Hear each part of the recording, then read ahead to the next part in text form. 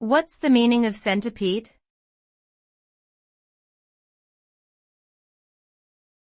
Centipede.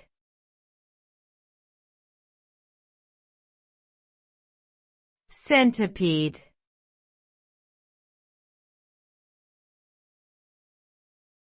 Centipede.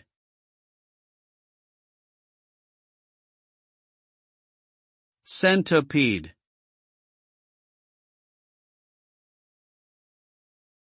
A centipede is an arthropod with a long, flat, segmented body and multiple legs.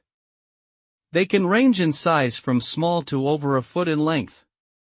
Centipedes are carnivorous and use their legs to capture prey, which they inject with venom. Some species of centipedes can be harmful to humans, causing pain and swelling. They can be found living in a variety of habitats, including forests, deserts, and even urban areas.